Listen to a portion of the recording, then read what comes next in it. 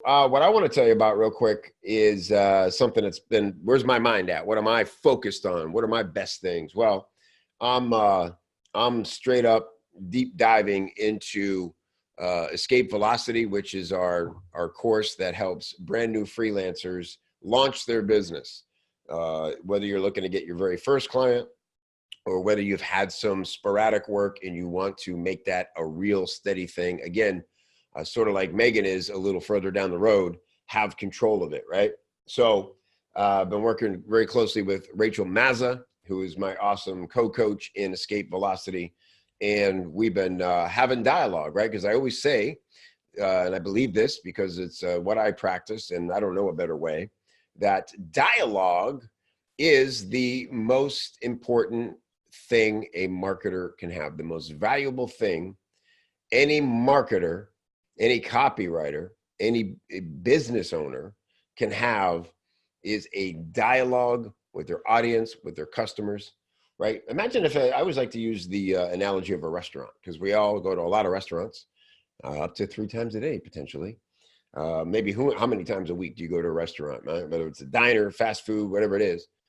We all know very well how restaurants work well and work crappy. And so think about a restaurant like a family owned place. And when you walk in the door, you know right away, even if it's your first visit to that restaurant, whether the owner is present in the joint or not, right? You can tell by little things that a proud owner will keep up on, right? It'll be clean. The bathrooms will be clean. The staff will be attentive. Things will be up to date and humming along, right? The menu will be updated. The specials will be listed fresh that day. You can see good management, good ownership. When an owner is not present in a business, things tend to tail off. You ever revisit a restaurant that you used to love when the owner was there and all present, and then you come back a few months or maybe a year later, and the owner's like moved on. He's kind of not caring anymore. He hadn't been there in a few months, and you can just tell nobody's plugged in. Everybody's taking it for granted. Things are slow. It shows. And so this is why we got to treat our business like a real business, even in the beginning stages of freelancing, right? We got to keep our stuff tight, and we got to be talking to our customers. We got to be talking to the people who are the most interested, the most vested in our product, the people who walk through the door, essentially. So that can be on social media. My favorite way to do that is through email. And so this week we've been having dialogue. Whenever we're about to go into a promotion period, we want to get into dialogue before we start sending out the promotional material, because for two reasons. One, obviously, it starts everybody's mind thinking together. We want this sort of group think going. And then the offer we're making feels like a very natural progression, not just a blah, blah, blah, blah, blah. And by the way, I don't know if Chris is here, Chris Worskowski. If you guys follow Chris, you should be following Chris, his email breakdowns of the week. I didn't get to read the whole thing yet, but he did one about his what he thinks is the best Black Friday email he's seen from a skin cream company. And I'm excited to read it, because how many horrible Black Friday and Cyber Monday emails did we get bombarded with over the last week, right? Just brutal. Companies that I had no idea I was subscribed to, haven't heard from all year, don't miss out, blah, blah, blah, blah. And, half the time you're like, I don't even know what that is. Or, wow, 40% off of a thing I'd never even heard of. That's exciting, right? So there's no dialogue. It's just this blah, blah, blah. This is pure whiskers money grab, zero cheese. And so the way to avoid that is to be in constant dialogue with your best prospects, with your customers. And so that's what we've been doing, and that's what I've been thinking about. And man, we did I wrote an email Thursday telling a little bit of my story of how I started in copywriting, and asking other people to share with me their stories. And the amount of replies we got was staggering. It's always amazing. And man, it's just so cool to sit and read dozens and dozens of replies people going deep and talking about their story. Because, it's fascinating to me that we all ended up here, isn't it? Like everybody who's on this call right now, we all have a unique story about how we ended up in this world of direct response marketing, of copywriting, right? Like, no two stories would be exactly alike, right? You don't go, oh, well, I graduated from college and my natural next step was to become a copywriter. Like, that doesn't happen, right? Some crazy thing, probably a love of writing, this glimmer of hope that you could not have to be a part of the workforce, right? And be independent and call your own shots.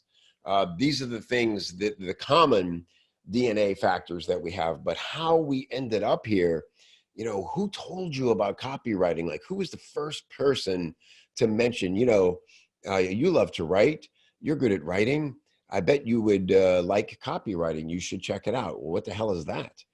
That little moment, right? I read so many cool stories, like dude who was he was into some information management position at his company. His boss knew that he loved to write. They needed the website rewritten, and he came to dude and said, "Hey, I know you love to write. We need our website rewritten.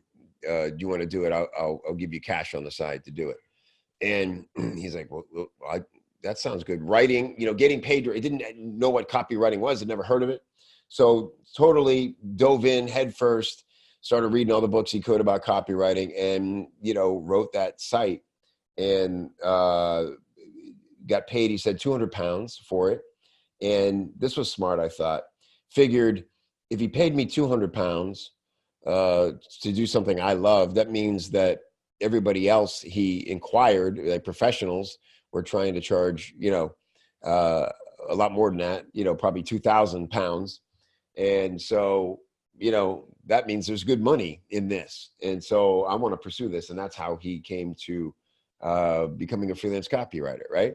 And it was similar for me when I started out, and what it made me think of reading all these stories and where people get stuck is having a purpose. What are you writing for, man? Like, we can only practice so much, especially like alone at the kitchen table or trying to grab free time wherever you get it. I was talking to Annie Bay Gal in one of these back and forths, and she was talking about that. Like, she's so excited, on fire for copywriting and blog writing and everything. She's like, every spare minute she gets, she sits down and she writes. It's her passion. And she's tired of bagels. And so, but what is the purpose, right? You can only practice so long. You can only hand copy so long. You can only guess if what you're doing is effective for so long. And the most purposeful thing you can have when it comes to, writing for a reason is thinking about getting some client work. That's what we all want. If we fall in love with copywriting, the next thought is, how can I get paid for this? Can this be my living? And so, like, in case of, say, like Mike Lucas, we've talked about this on some podcasts, it just kind of happened to him, right? He was blogging about something he was passionate about, which is oddly enough the Cleveland Browns. I don't know. The guy's not fully right, but he was, I can't even look at the comments right now because I know he's going off. He was writing about the Cleveland Browns all the time because he loves pain. And people noticed, and they came to him and said, "Hey, dig your writing. We want more stuff about the Browns because we're weird too. We'll pay you to do it." And so, wow. Never even thought of that. Now he's got a purpose to write about the Browns, sadly enough. And so, what is the purpose? How does that spark happen? And that's what Escape Velocity is about. So, the course is not, hey, here's how to get clients only, like, here's how to do cold outreach. Here's how to blah, blah, blah, blah, blah, blah. it's not just about selling the product. It's about building up to a point where you are confident to go sell the product, right? And that begins with writing with a purpose. The purpose is to sell your work, to sell yourself as somebody with money skills, who should be in demand, who should call the shots in their own life, in their own business. What is the process to that? Where does that begin and end so that you can actually reach that escape velocity, get liftoff in your career, and then start to create what we call good problems, right? Once you prove the model and start working, and you can do that over and over, that's a really critical place right there. That's where you'll get stuck if you're not careful. You get escape velocity, you know you can get paid, you're getting referrals, you're getting repeat customers, you're working, you got some steady flow going, and that's where it gets super dangerous if you don't have a plan for how to raise your fees, how to find better clients, right? Don't get stuck in prove the model phase. I've seen people stay for years stuck at the same prices. They're just like, oh my God, I can't believe I'm actually getting paid for this. I just want to not stop getting paid for this, and they don't advance. Escape velocity is all about having a plan to get to the point where you have the skills that are worth money. People can clearly see that. They're happy to engage you on that level. And then from there, what do you do to get to the next level? And that's transitions into Real Free Life, RFL, and other things. But escape velocity, phase 0 through 3. And so on December 11th, next Wednesday, Rachel and I are going to do a webinar that I'm really excited about, where we show you something we debuted at Copy Chief Live on day 3, which is what we call the Freelancer's Journey Timeline. 7 phases, actually 8 if we include phase 0, that I've identified now of a freelancer's journey, right? Phase 0 through 7, which is all this. Phase 0 is that, what we talked about a minute ago, just that spark of, could I get paid for this? Is that even possible, right? I don't want to be part of the workforce. I don't want to work for them. I hate being told what to do. I don't care who ate Daryl's lunch. Are we really having a meeting about who ate Daryl's lunch? I don't want to be a part of this. I want to call my own shots. That is phase 0. And then it's like, I found this thing called copywriting. That's exciting. How do I even go about getting paid for this? Prove that model. And then phase 7, all the way down at the end, is when you're done freelancing, you're not even working with clients anymore, doing everything by choice. You're consulting, you're creating products, you're getting paid, recurring revenue, you're building a legacy business. Obviously, a very long arc right there, right? So escape velocity is focused phase 0 through 3, which is prove the model and legitimize your business, right? So you're established now, you're getting steady work, you're in control of it, and then stabilizing your business, getting solid footing. That's where Megan is right here. Phase 3, not getting ups and downs.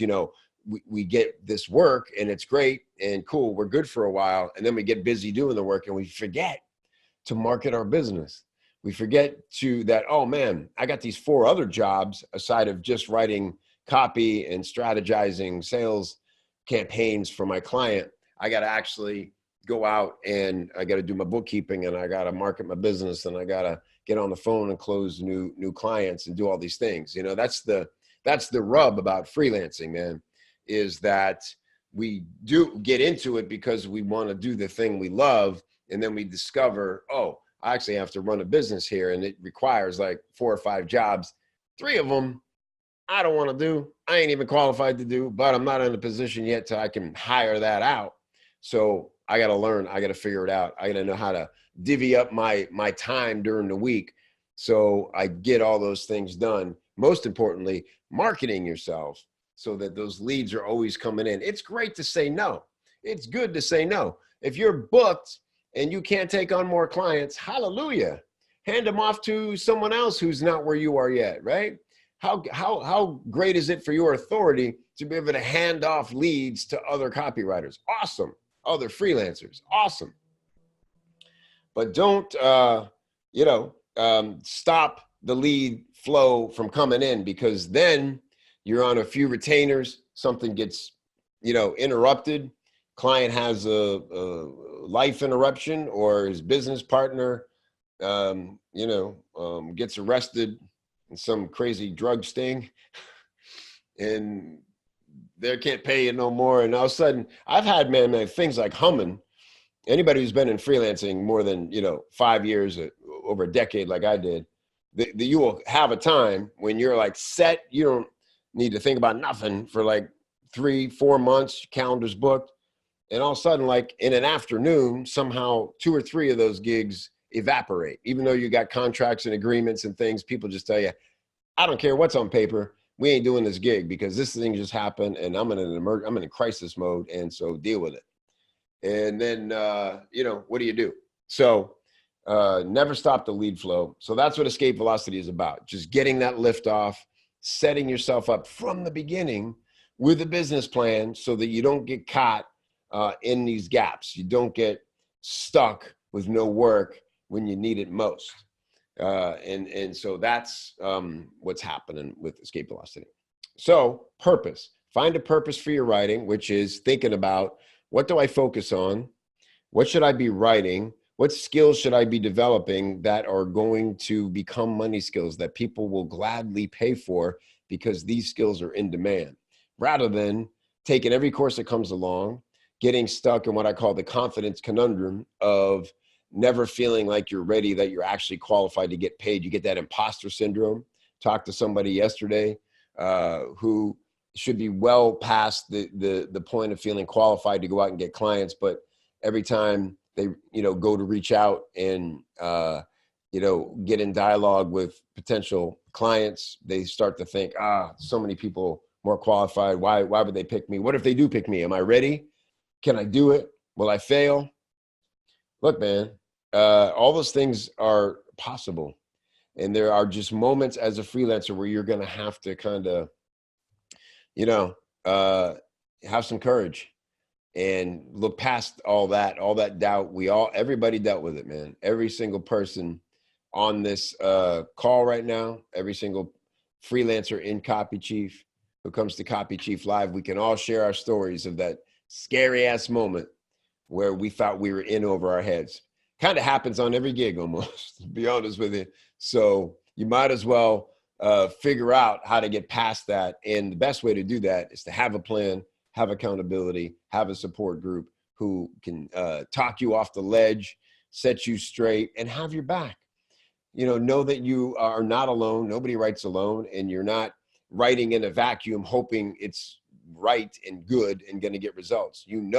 Because you got peers looking at it, giving you the green light and telling you, move ahead confidently, turn this into your client. I think it's going to do great.